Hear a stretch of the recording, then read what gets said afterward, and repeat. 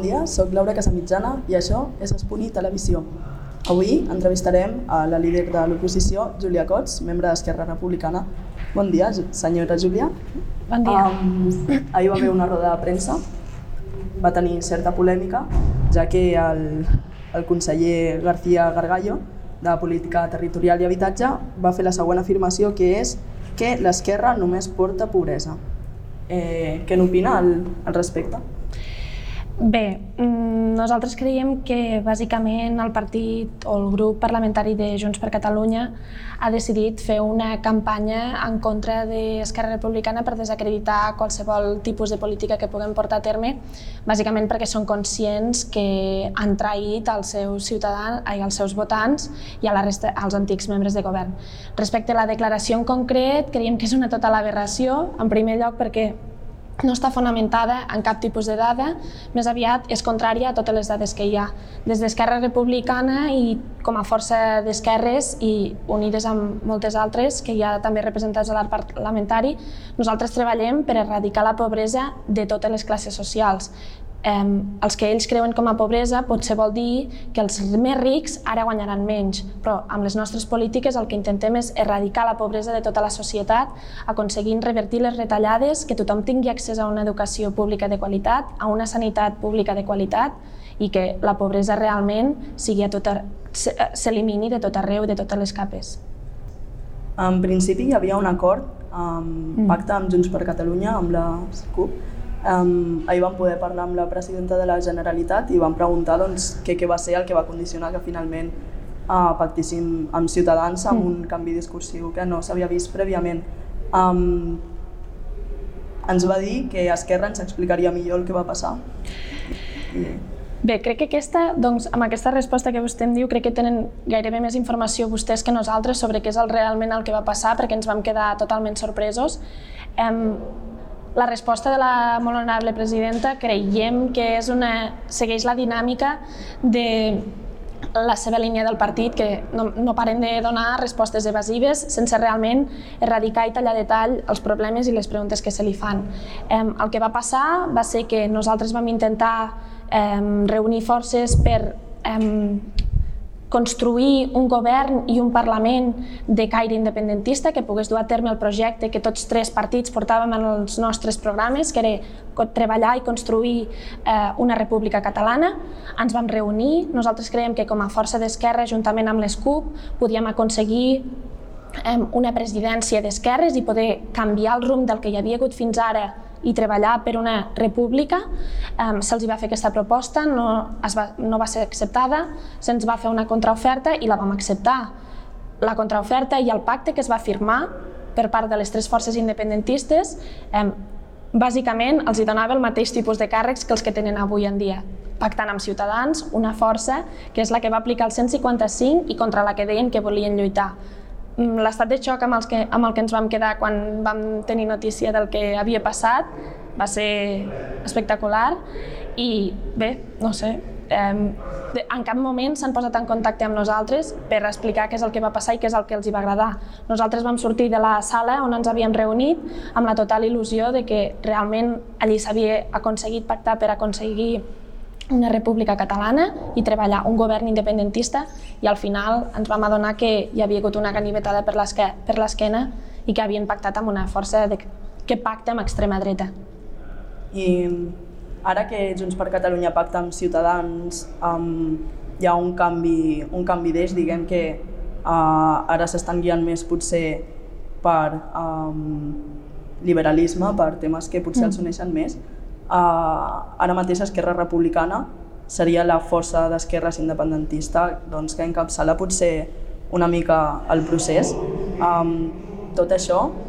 quines mesures, com fareu tot aquest canvi d'eix que hi ha hagut tan sobtat, com ho païu, com veieu què passarà?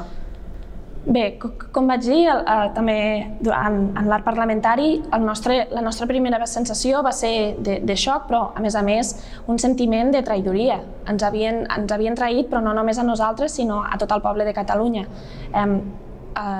Junts per Catalunya havia patit una davallada molt forta amb les antigues denominacions que tenia i va ser amb la independència que va recuperar vots. Creiem que la força que té avui en dia en el Parlament ve donada perquè han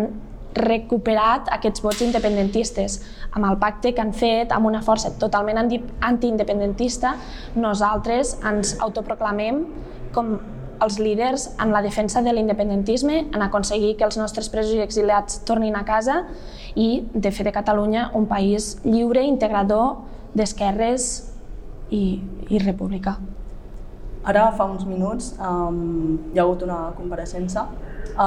del líder dels socialistes, però amb representants de cada partit, Esquerra inclòs, CUP, PP, Comuns. Es veu que s'han ficat tots d'acord amb una finalitat, que és la de fer fora el senyor García Margallo per les afirmacions de soc el Maquiavel de Junts per Catalunya, la qual diuen que hi ha proves, no hi ha proves, per què no es fan públiques aquestes proves i com heu arribat a ficar-vos d'acord tots aquests partits amb un eix ideològic tan divers? Bé, nosaltres sí que vam mantenir converses amb tots els partits polítics i grups parlamentaris que no havíem entrat al govern, perquè tant des d'una banda com d'una altra creiem que el que s'havia produït era una total aberració i que no podia continuar a venir aquesta tranquil·litat i que ells poguessin governar com si res hagués passat. Sí que és veritat que cadascun dels partits polítics té una línia de govern i de polítiques socials molt diferent, i nacionals, òbviament, i que en tot no podíem confluir, però sí que, com a líders de l'oposició, ens va arribar una notícia de que el grup parlamentari socialista i Units per Avançar tenia un cert contingut d'àudio d'unes converses que s'havien produït al llarg de les negociacions. Ens va arribar aquesta notícia i nosaltres vam fer un acte de responsabilitat. Era una prova més que aquest govern que hi ha a l'Espuni és totalment fals i maquiavèlic, com la pròpia paraula diu, i per tant nosaltres ens vam unir a la proposta de Partit Socialista de Catalunya per fer un comunicat conjunt amb totes les forces i demostrar un cop més que aquest govern i aquesta coalició que s'ha produït és totalment infame i que no pot continuar, començant pel seu conseller de Territori. I després de que el senyor García Margallo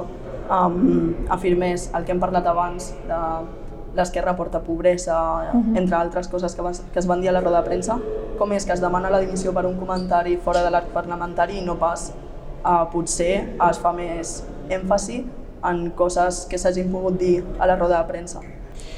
Clar, perquè nosaltres creiem que el que va passar, en la proposta que se'ns va fer des del Partit Socialista de Catalunya, creiem que és una qüestió ja més a nivell personal i que afecta la seva capacitat per ser conseller i per poder representar la totalitat de ciutadans de Catalunya. Més enllà d'això, creiem que també les seves declaracions en el debat, en la presentació que van fer, va ser totalment una manera de representar la seva ideologia política, a la qual nosaltres aprofitem aquí per respondre. Més enllà d'això, nosaltres creiem que aquí estava dins de la seva llibertat d'expressió i no la compartim, però la respectem, però sí que és veritat que mantenir aquest tipus de converses i autoproclamar-se com el Maquiavel, creiem que és un acte totalment denigrant i degradant de la seva figura com a conseller. Aquesta tarda hi ha sessió de control. Com l'enfoca Esquerra Republicana? Bé, Esquerra Republicana ens mantindrem en el nostre rol de líders de l'oposició. Volem fer una oposició ferma, però digna i molt responsable, i anirem a preguntar realment al govern i a la seva presidència com enfocaran certs aspectes del seu programa i de la seva proposta que nosaltres creiem que van totalment en desacord en la línia que ells venien fent fins ara i que responguin a algunes de les preguntes que nosaltres tenim molt sèries sobre la seva actuació i que han vingut posant en dubte que realment estiguin capacitats per dur a terme un rol i una tasca tan important com és ser la presidenta del govern de Catalunya. I ara ja, no fa gaire temps encara que s'han conformat les comissions, que s'ha conformat tot el govern, però encara així amb esdeveniments i amb progressos que s'han fet aquests dies, com valora l'acció del govern? Nosaltres, quan vam tenir notícia de que realment s'estava produint aquest pacte a les nostres esquenes i que hi havia una coalició entre Junts per Catalunya i Ciutadans, vam tenir molts dubtes de que realment les persones que hi hauria al capdavant poguessin dur a terme una tasca de tal magnitud com requereix ser la presidenta de la Generalitat de Catalunya amb les respectives conselleries. Els nostres dubtes crec que s'han fet evidència, s'han convertit en una evidència. Estem totalment en desacord amb les polítiques que estan aplicant fins ara, en les línies de govern que volen dur a terme i creiem que realment s'han equivocat pactant amb Ciutadans i que totes les declaracions que estan fent en les diferents comissions que hi ha hagut demostren realment que no estan capacitats per dur a terme aquesta tasca gaire temps més. I aquí finalitzem l'entrevista d'avui amb la senyora Júlia Cots d'Esquerra Republicana. Ens poden seguir al nostre canal de YouTube, Espuny Televisió. Moltes gràcies.